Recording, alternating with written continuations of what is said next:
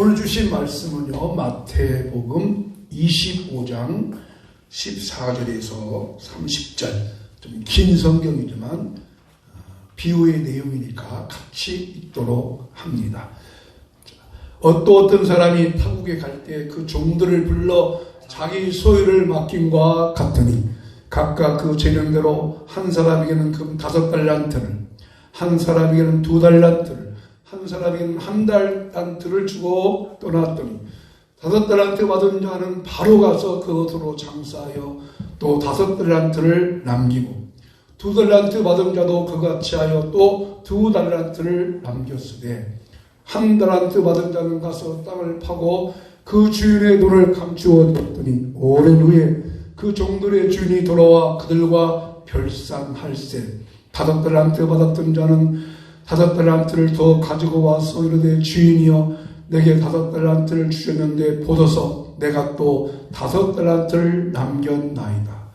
그 주인이 이르되 잘하였도다 착하고 충성된 종아 내가 적은 일에 충성하였으며 내가 많은 것을 내게 맡기리니 내 주인의 즐거움에 참여할지어다 하고 2달란트 받았던 자도 와서 이르되 주인이여 내게 2달란트를 주셨는데 보소서 내가 또 2달란트를 남겼나이다.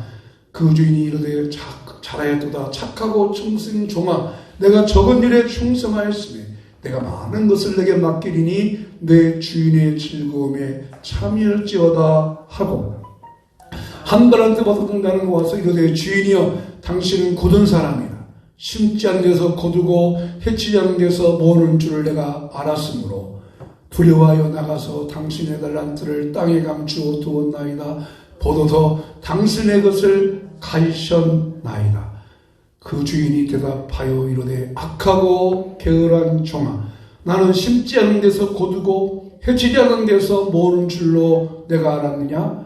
그러면 내가 마땅히 내 돈을 추리하는 자들에게나 맡겼다가 내가 돌아와서 내 원금과 이자를 받게 하였을 것이니라 하고 그에게서 그 1달란트를 빼앗아 10달란트 가진 자에게 주라. 무릇 있는 자는 마다 풍족하게 되고 없는 자는 그 있는 것까지 빼앗기리라.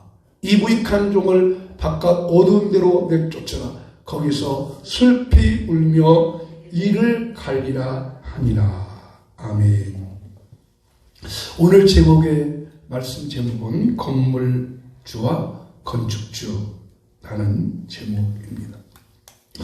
어느 건축회사 회장님이 이제 퇴직을 앞둔 2명의 이사들에게 마지막으로 펜션 하나를 지어달라고 부탁을 합니다.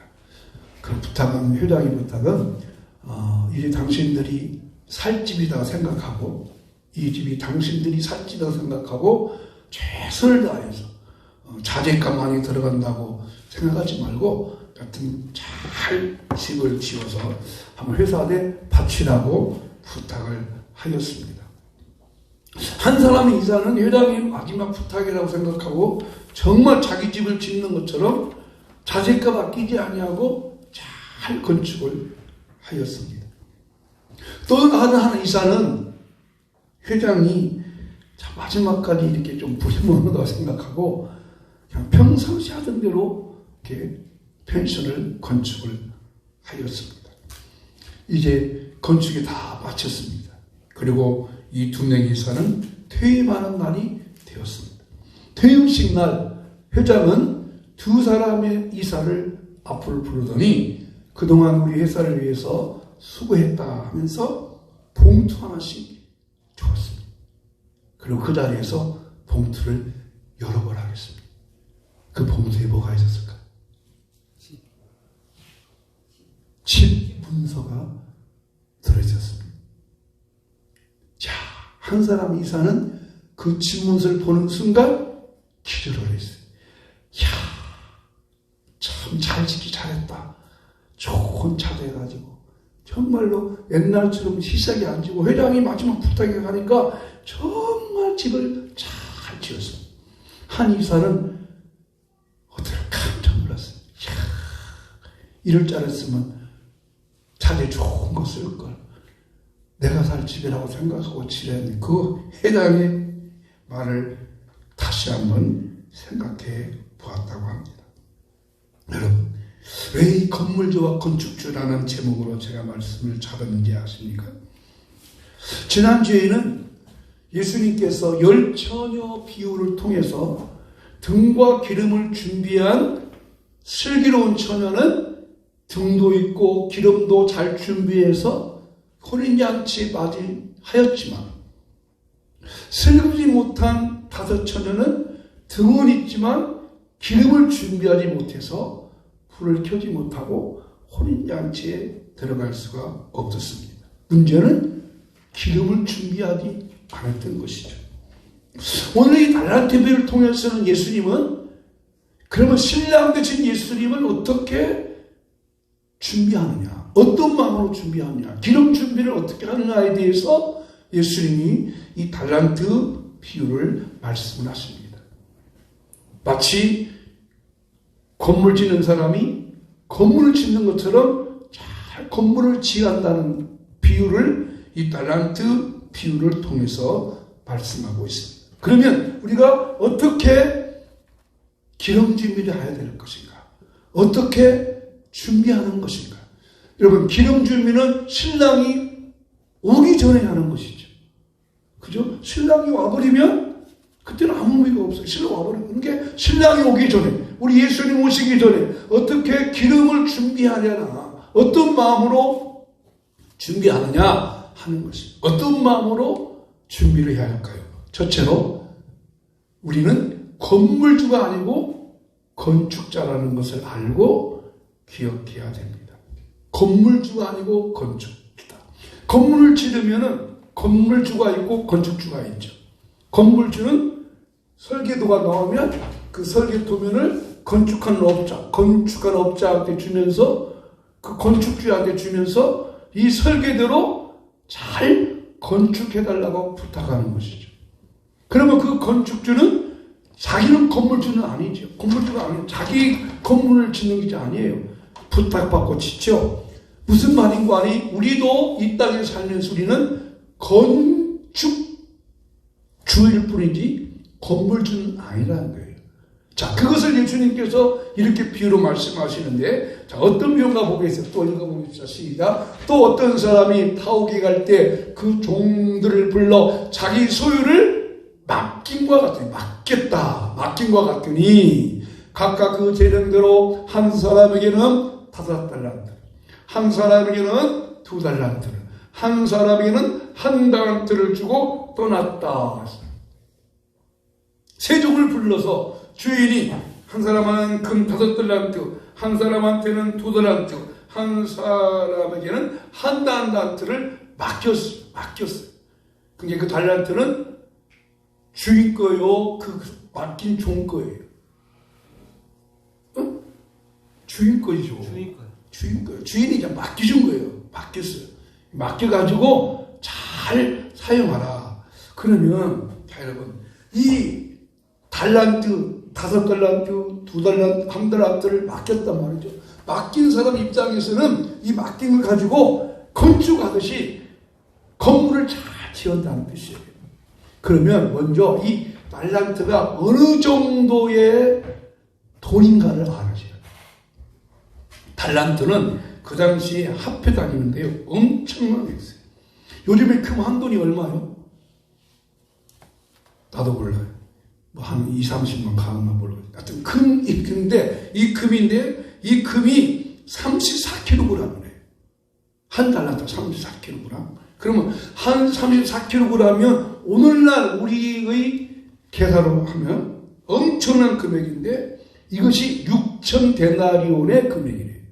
그 당시 화폐 6,000데나리온. 그러면 그때 당시 노동자의 하루 일당이 얼마냐? 1데나리온.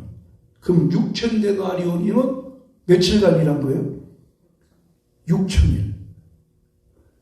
근데 금 1달란트는 6,000일 동안 한 푼도 안 쓰고 꼬박꼬박 저축해야 금 1달란트를 받는 돈이에요. 오늘날 우리 임금을 10만으로 생각하고 하루에 10만 생각하고 이 돈을 깨달아 보니까 6천일은 16년이에요. 16년. 요즘 같은 30일 일하지 않고 25일만 일한다고 하고 주일날 쉬어야 되니까 25일을 이러면 20년 동안 한 푼도 안 쓰고 모을 돈이에요. 이 돈을 현대 금액으로 생각하니까 한 달란트는 6억 원, 2달란트는 12억 원, 5달란트는 30억 원. 여러분 30억 있는가 보네. 아무도 안 놀라시니까. 한 달한테는 6억, 2달한테는 12억, 5달한테는 30억을 아무 조건 없이 그냥 차용증수도 안 쓰고 맡겼어요. 이야, 여러분 이 있을 수 있어요? 그러니까 여기 금 5달란트, 2달란트, 한 달란트를 맡겼다고 하는 것은 하나님이 우리에게 그렇게 맡겨줬다는 거예요. 계약서도 안 쓰고. 여러분, 종들은 자기 재산이 없어요. 그때 당시에 종들은 자기 소유권이 없어요. 재산을 가질 수도 없어요. 종들은 자기 재산을 가질 수도 없고 자기 소유권도 없어요. 근데 이렇게 주인이 그 종들한테 맡겼다고 하는 것은 주인은 종을 믿어주고 신뢰했다는 것이죠. 그렇습니다. 여러분, 오늘 우리의 모든 소유권 누가 있을까요? 하나님께 있습니다. 이 세상 모든 것은 하나님께. 하나님이 주인이시고 하나님이 소유권이고 하나님이 소유인데 우리에게 그것을 맡겨주었어요. 그래서 사도 바울도 하나님이 맡겨주신 것 가지고 건축해야 한다는 의미로 고린도전서에 이렇게 말했어요. 고린도전서 3장 10절 읽어보실까요? 내게 주신 하나님의 은혜를 따라 내가 지혜로운 건축자와 같이. 건축자예요. 건축자. 무엇을 의미합니까? 모든 것 다 하나님의 것입니다.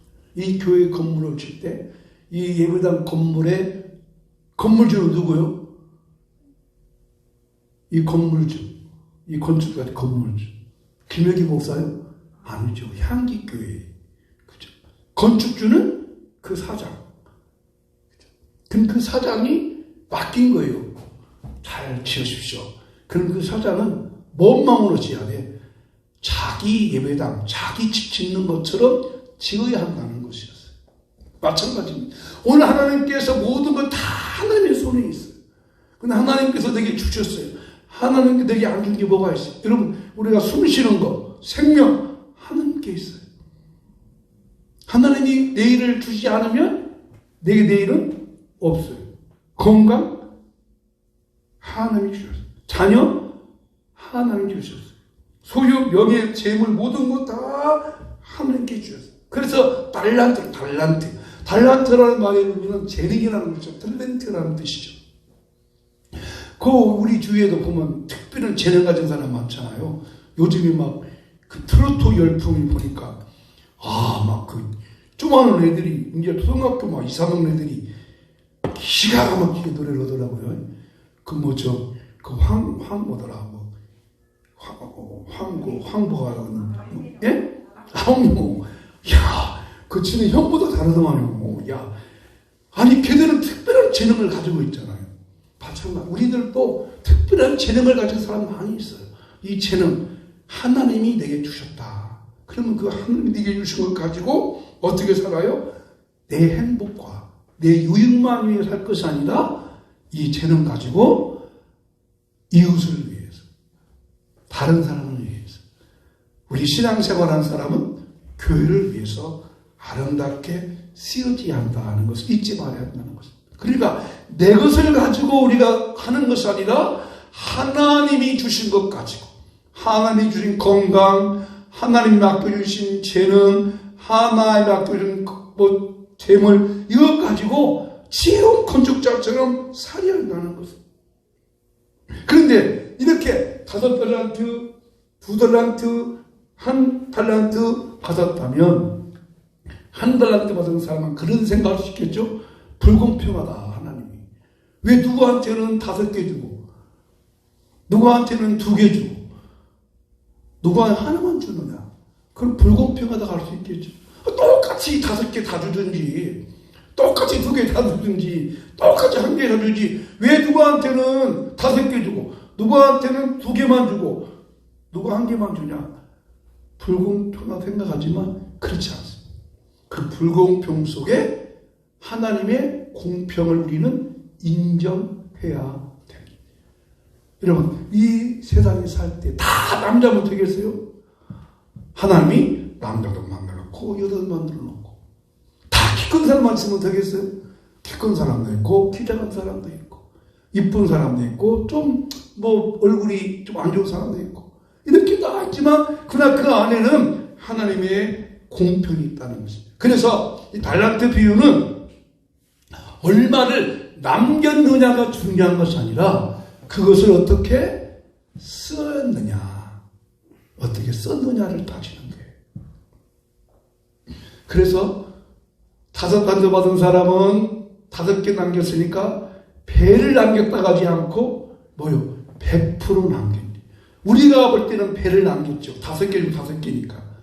그죠? 또 2달란트도 2개 중에 2개를 남겼으니까 배 남겼다 하겠죠. 그러나 이 해석의 의미는 배를 남긴 것이 아니라 100%. 그러니까 온전케 있다는 것이죠. 온전하다는 겁니다. 그러면 한 달란트 받은 사람은 최소 몇 개는 남기고 왔어야 해요. 1개였고 하잖아요. 근데 1개를 그대로 가지고 왔다기 때문에 주인이 책망한 것입니다. 5달란트 받은 사람하고 2달란트 받은 사람하고 얼마를 남겼냐라고 말한다면 5달란트가 더 많이 갖고 와야 되니까 2개가 더 많이 갖고 와야 돼요. 많이 받은 사람이 더 와야 되잖아요. 그런데 그렇지 않고 5개 받은 사람은 5개, 2개 가려면 2개 완전하게 100% 가져왔다는 거예요. 그래서 하나님은 우리가 볼 때는 불공평한 것 같지만 불공평 속에 하나님의 공평성을 인정하는 것. 우리가 그 뇌성마비 복음 가수 하나가 가수 아니죠. 작사하는 사람이 있어요. 그 송명이시라고. 아마 그 사람이 지금은 예술이 넘었을 거예요. 그 사람은요 가만히 서 있지도 못하고 말하는 것도 말하면 그 말을 통역해 줘야 돼요. 그런 사람이었어요. 그래서 그는 이런 찬양도 했어요. 하나님 똑바로 걷고 싶어요. 똑바로 서고 싶어요. 나를 왜 이렇게 못난 모습으로 만들어 놓았어요. 이렇게 하는데 그 고백하고 그 가서 이런 고백을 해요. 하나님 공평하십니다. 그래서 공평하신 하나님이 나 남이 가진 건 나 없지만 공평하신 하나님이 나 남이 없는 것 갖게 하셨네. 그 송명이신 뇌가 바르게 활동하지 못해요.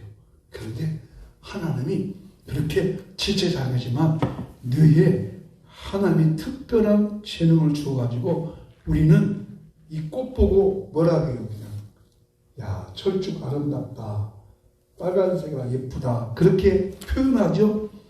우리 더 이상 이것 보고 뭐라고 표현하겠어요? 야 철쭉이 많이 펴서 예쁘다, 참 예쁘다 이렇게 하면 표현하는데 성령의 시인은 그렇게 표현하지 않아요. 여기다가 더 첨가해. 감각이 더 좋아. 감정이 더 좋아. 왜? 그에게 하나님이 특별한 재능을 주었어요. 이게 더 공평하다는 것입니다. 그렇습니다. 여러분, 우리 몸이 손이 이쁘고 야 너만 입이냐? 나도 좀 먹자 하면 거기에 말이 돼요, 안 돼요? 그죠? 안 되겠죠? 손이 이쁘고 야 너만 입이냐? 나도 좀 먹자. 그러면 이 손이 뭐라 그랬어요? 야 내가 너 입에다 안 넣어주면 너 먹을 수 있냐? 할 수 없잖아요. 하나님은 이 세상을 공평하게 다 분배해 주었다는 것입니다. 그러므로 이 말씀을 통해서 우리가 알 수 있는 것은 모든 것은 하나님이 주었기 때문에 모든 것의 주인은 하나님이시고 우리는 하나님이 맡은 것을 가지고 잘 집어치는 저와 여러분 되기를 주의 이름으로 축복합니다. 두 번째 교훈은요. 그러면 이 건축을 잘한 자는 칭찬받는다는 것입니다. 자, 이 구절을 20절 읽어보겠습니다.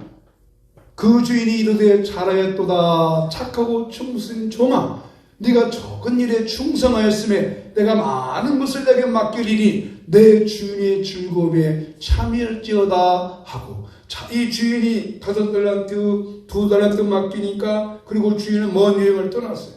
오랜 후에 주인이 돌아왔습니다. 이 맡은 종들이 주인한테 주인님 내가 5달란트를 주인께도 주셨는데 내가 열심히 일해서 5개를 남겼습니다. 그랬더니 주인이 잘하였도다 착하고 충성된 종아 칭찬했어요. 잘했다. 착한 종을 하겠습니다. 잘했다는 거예요. 그리고 2달란트 받은 사람도 역시 똑같이 이렇게 말해요. 잘했다. 착하고 충성된 종아. 그렇습니다. 왜 착하고 충성된 종이라고 했을까요? 똑같이 다 100% 일을 잘해왔기 때문이에요. 하나님께서 주신 걸 가지고 우리가 일할 때도 마찬가지. 이 종들은 주인이 준 의미를 알았어요. 무엇을 알아야겠는지. 그래서 착하고 충성된 종으로 일을 했어요. 그리고 두 번째 또 뭐라고 하면 내 주인의 즐거움에 참여해라. 주인의 즐거움이 뭐예요? 아까 그 혼인잔치 마지막 날 주님 앞에서 즐거움에 참여할 것입니다. 그렇습니다. 여러분, 저 여러분이 하나님이 맡겨주신 걸 가지고 착하고 충성된 종처럼 그래서 하나님 앞에 내 모든 거 다 들여서 아름답게 쓰임받고 마지막 날 그 주인의 즐거움에 참여할 수 있는 저와 여러분 되기를 주 이름으로 축복합니다. 세 번째 교훈은 뭡니까? 읽어보겠습니다. 건축을 잘못한 자는 책망한다는 것입니다. 자, 25장 26절 또 읽어볼까요? 그 주인이 대답하여 이르되 악하고 게으른 종아 네가 심지 않은 데서 거두고 해치지 않은 데서 모르는 줄로 네가 알았느냐? 악하고 게으른 종을 하면서. 자, 여러분 여기 보세요. 악하고 게으른 종을 하면서. 게으르다 하는 말은 좀 이해가 돼요. 근데 이 사람이 악해요? 이 사람이 악한 건 하나도 없는 것 같아요. 게으르다는 말은 왜? 어떻게 해요? 일도 않고 땅에 묻어 누웠으니까 게으르다는 것은 이해가 돼요. 그죠? 근데 악하대요. 이 사람이 뭘 악한 게 뭐예요? 악한 짓 하는 것이 뭐가 있겠어요? 요즘에 본전도 못하는 사람 있잖아요. 그죠? 근데 이 사람 본전을 가지고 왔어요. 그죠? 근데 악한 건 없잖아요. 뭘 악해? 이 사람도 죄를 진 것도 아니고. 근데 주인은 악하다고 그래요. 아까 5달란트 2달란트 받은 사람은 착하다고 그랬어요. 근데 이 사람은 악하대. 왜 악했을까? 이 사람이 악한 이유는 주인에 대해서 오해를 했어요. 주인이 심지 않은 데서 거두고 해치지 않은 데서 모으는 줄을 알았다고 했어요.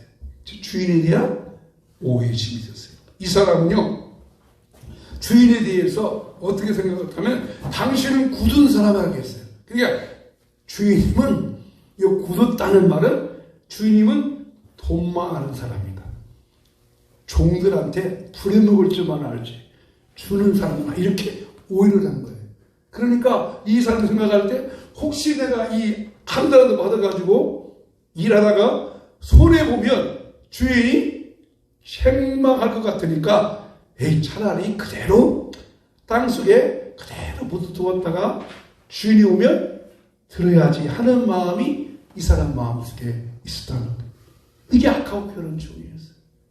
주인을 잘못 오해했어요. 그래서 이 주인이 뭐라고 해요? 그 다음 절에 보면 그런 말이 있어요. 그러면 차라리 그 돈을 누구한테 주어요? 은행에 맡기든지 이자로 해가지고 갖고 왔으면은 이자라도 갖고 왔을 거 아니냐 하면서 이 사람을 책망했어요. 여러분, 이 사람은 6억 원이나 되는, 오늘 시세로 6억 원이나 되는 이 돈을 아무런 조건 없이 마치 주인의 마음을 알지 못했어요. 그리고 주인을 나쁜 사람으로 만들었어요. 여러분, 혹시 여러분은 그런 마음 같지 않아요? 하나님은 좋으신 분이요, 좋지 않은 분이에요. 좋으신 분이죠. 그런데 여러분, 만약 그런 생각해봐요. 자, 11조도 띄어먹고, 주여도 잘 않고, 엉뚱한 데 가고, 그랬더니 몸이 아팠어요. 사업에 실패했어요. 그러면 하나님에 대해서 어떻게 생각해요? 좋으신 하나님이요, 좋지 않은 하나님이세요. 우리는 그런 생각을 가져야 해요. 아이고, 내가 충성도 않고 11조도 떼먹고 내 마음대로 살았더니 하나님이 사업도 실패하고 어렵게 만들었다는 생각을 가져요, 우리가. 그래서 하나님이 그런 하나님으로 내가 오해를 해요. 그러나 하나님은 그런 하나님이 아니라는 거예요. 이 한 나라한테 받은 사람은 그런 생각을 했어요. 기도도 게을리하고 말씀도 제대로 안 읽고 내 마음으로 살았더니 하나님이 이렇게 어렵게 만들고 힘들게 만들고 아프게 만들고 맨날 힘들게 만들다고 우리가 오해하고 살 때가 많이 있어요. 그런데 하나님은 그런 하나님이 절대 아니에요. 여러분, 만약 하나님이 내가 잘했을 때 하나님이 복 주고, 예? 내가 잘하면 복 주고 평안함 주고 잘되게 만들고, 내가 조금만 잘못하면 하나님의 벌 내시는 하나님이라면, 그럼 이렇게 생각해 보세요. 내가 잘하는 것은 내가 잘했기 때문이에요? 내가 잘해서 하나님이 복 준 거예요? 또 내가 잘못하면 내가 잘못했기 때문에 하나님이 복 안 주는 거예요? 그렇지 않아요. 내가 잘하든 잘못하든 하나님은 우리에게 항상 은혜를 베푸신 분이셔요. 아멘. 내가 잘해서 하나님이 복 주고 내가 잘못하면 복 안 주고 그런 하나님으로 이 한 아란떼 받은 사람은 오해를 한 거예요.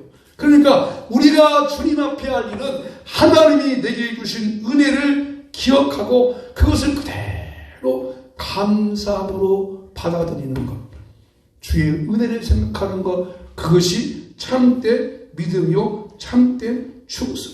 하나님의 은혜를 깨닫고 그 끝에 있는 사랑을 깨닫고 살아가는 것이 참된 중요하다는 것입니다. 여러분, 믿음이라는 것은 뭐예요? 믿음이라는 것은 내가 수용하고 받아들이는 것입니다. 그러면 내가 예수님을 믿고 예수님의 죽으심과 예수님의 부활하셔서 믿고 또 주님 따라가는 것이 내 지식과 내 머리가 똑똑해서 예수님 믿는 겁니까? 아니죠. 그죠? 여러분, 내가 다른 사람보다 깨닫고 내가 다른 사람보다 믿음이 좋아서 예수 믿는 게 아니에요. 예수님의 믿는다고 하는 것은 특별히 예수님의 탄생과 예수님의 죽으심과 예수님의 부활을 믿는 것인데, 예수님의 탄생의 사건을 우리 지식과 우리 머리를 어떻게 받아들여요? 받아들일 수가 없어요. 그죠? 예수님이 동정녀 마리아에 태어났다고 하는 것을 우리 지식으로 어떻게 내가 받아들여서 그 예수를 믿고 있어요. 그러나 하나님이 믿음이라는 선물을 주셔서 믿게 하신 줄로 믿습니다. 그래서 그 은혜 감사해서 주님 앞에 충성할 수 있고 헌신할 수 있고 주의 말을 따라가는 것이지, 내가 뭐 했기 때문에가 절대 아닌 거예요. 모든 것이 주의 은혜고 모든 것이 하나님의 은혜인 줄로 믿습니다.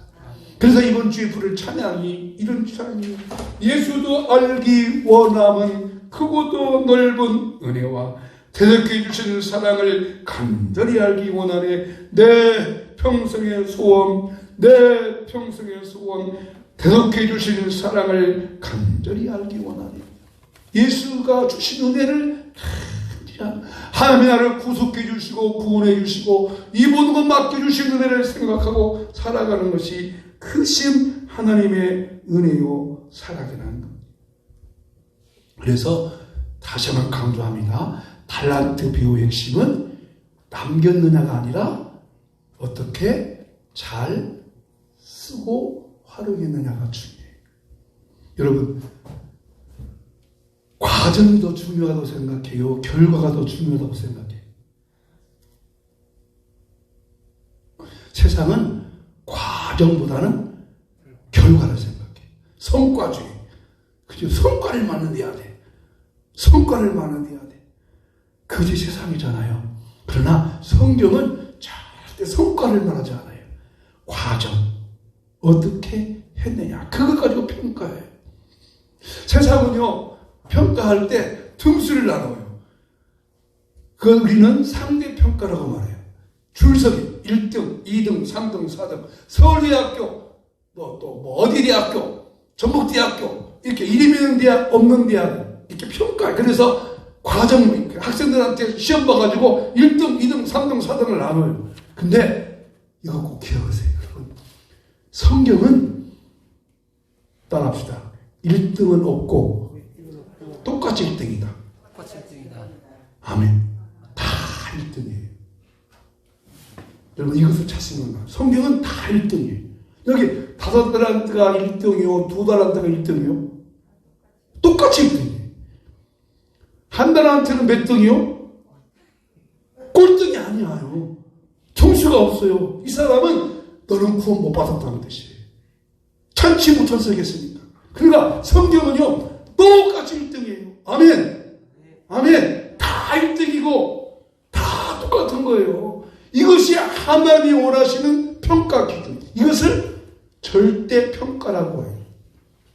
절대평가. 그래서 요즘에 그 대학 입시도 상대평가냐 절대평가냐 싸우잖아요. 점수 매기는 거, 서열 매기는 거, 막 1등, 2등, 3등, 4등. 그러나 그게 아니에요. 하나님의 평가는 똑같습니다. 어떻게 과정을 충성스럽게 했느냐. 여러분이 정말 주님 앞에 아름답고 선하고 복되게 쓰여지기를 주 이름으로 축복합니다. 그래서 예수님도 이 말씀을 하시면서 지혜로운 건축자가 되라고 말씀하세요. 마태복음 7장 24절 말씀 시작. 그러므로 누구든지 나 이 말을 듣고 행하는 자는 그 집을 반석에 지은 지혜로운 사람 같으리니. 모래에 집 짓는 사람 누가 있어요? 근데 예수님 말씀을 듣고 행하지 않는 사람은 모래에 지었대요. 마태복음 25장에 달란트를 왜 주었어요? 듣고 지혜로운 건축자가 되라고. 그래서 오늘 말씀의 결론이에요. 모든 소유권은 하나님께 있고 나는 하나님이 주신 것 받아가지고 최선을 다해서 오직 하나님의 영광을 위해서 충성하는 저와 여러분 되기를 예수님 이름으로 축복합니다. 이런 예가 하나 있어요. 조선시대에 한 선비가 있었습니다. 이 선비가 과거시험을 보는데요. 자꾸 낙방이에요. 떨어져요. 그래서 실망해가지고 왜 나는 과거시험을 못 붙을까 생각해가지고 이 사람이 생각하기를 내가 수문장 역할이라도 해야겠다 해가지고 서울 그 장항의 입구에 들어가는 한 그 뭐 동대문인가 남대문에서 이렇게 이제 수문장 역할을 할까 하면서 거기서 지키고 있었는데 그때 당시에는 실한가 봐요. 숙종 임금이 민간복을 입고 백성들이 어떻게 사는가 보려고 민정시찰을 갔대요. 그런데 그 수문장 거기에 한 선비가 보니까 점잖은 사람인데 거기서 문지기로 있는 것처럼 거기 있더래요. 그래서 그 임금이, 이제 임금은 아니죠. 평민부터 물어봤대요. 여보시오, 왜 당신 여기 이렇게 있어? 그랬더니 이 사람이 하는 말이, 내가 이렇게 과가심을 보다가 밤에 떨어져서 이렇게 문지기라도 하면 될 것 같아서 여기 이렇게 있습니다 라고 하니까 그 숙종이 그랬대요. 그러면 수문장을 시켜준다면 잘할 수 있겠어?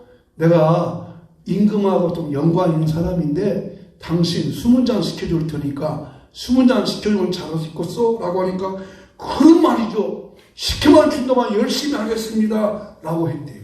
내 숙종이 이 사람 떠보니라고 이렇게 뭐 그러면 당신 군수 시키면 할 수 있겠어? 예, 열심히 하겠습니다.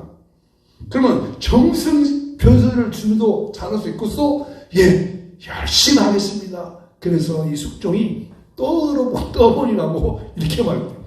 임금시켜줘도 할 수 있겠소? 그랬더니요, 이 선비가 앉아있다가 펄떡 일어나더만 그 숙종의 뺨싸대기를 막 탁 때려가지고 그랬대요. 예룡! 그러면 내가 임금한테 배반하는 이야기냐? 모든 백성은 임금님께 충성해야 되는데 내가 임금 자리까지 넘보란 말이냐? 그러면서야 숙중의 뺨싸대기를 딱 때리고 있더래요. 그러니까 그 숙중을 이렇게 쇠노 같은 그 신하들이 그 선비름을 가지고 막 비틀어가지고 야 이놈아! 그때 이게 임금이라고 하면 안 되잖아요. 야 이놈아! 막 그랬더니 숙중이 가만두거라. 이 사람은 가장 충성스러운 나의 백성이니라. 아멘. 그래서 그 사람한테 표수를 주었다는 숙종의 야사에 나오는 이야기입니다. 사랑하는 성도 여러분, 우리가 지금 누구에게 충성 어떻게 합니까? 같이 나가는 말 읽어보겠습니다. 시작. 하나님 나를 믿어주시고 나에게 많은 것들을 맡겨주시니 감사합니다. 내 소유는 내 것이 아님을 인정합니다. 하나님의 크신 사랑을 기억하면서 예수님의 크신 사랑을 기억하는 거요. 하나님이 주신 것을 가지고 충성하며 살겠습니다. 할렐루야. 우리 모두 하나님께 충성 한번 합시다. 시작. 충성. 아멘.